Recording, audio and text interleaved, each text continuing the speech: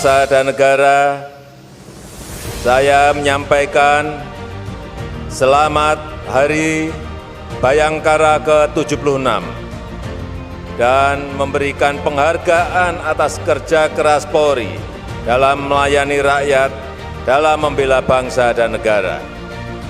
Saya dan seluruh rakyat Indonesia menaruh harapan besar kepada Polri.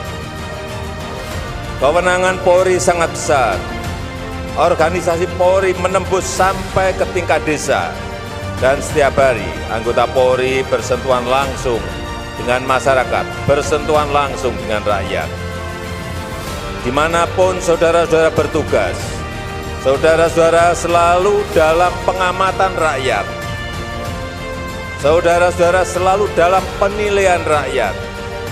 Rakyat menilai apakah perilaku Polri sesuai dengan harapan rakyat.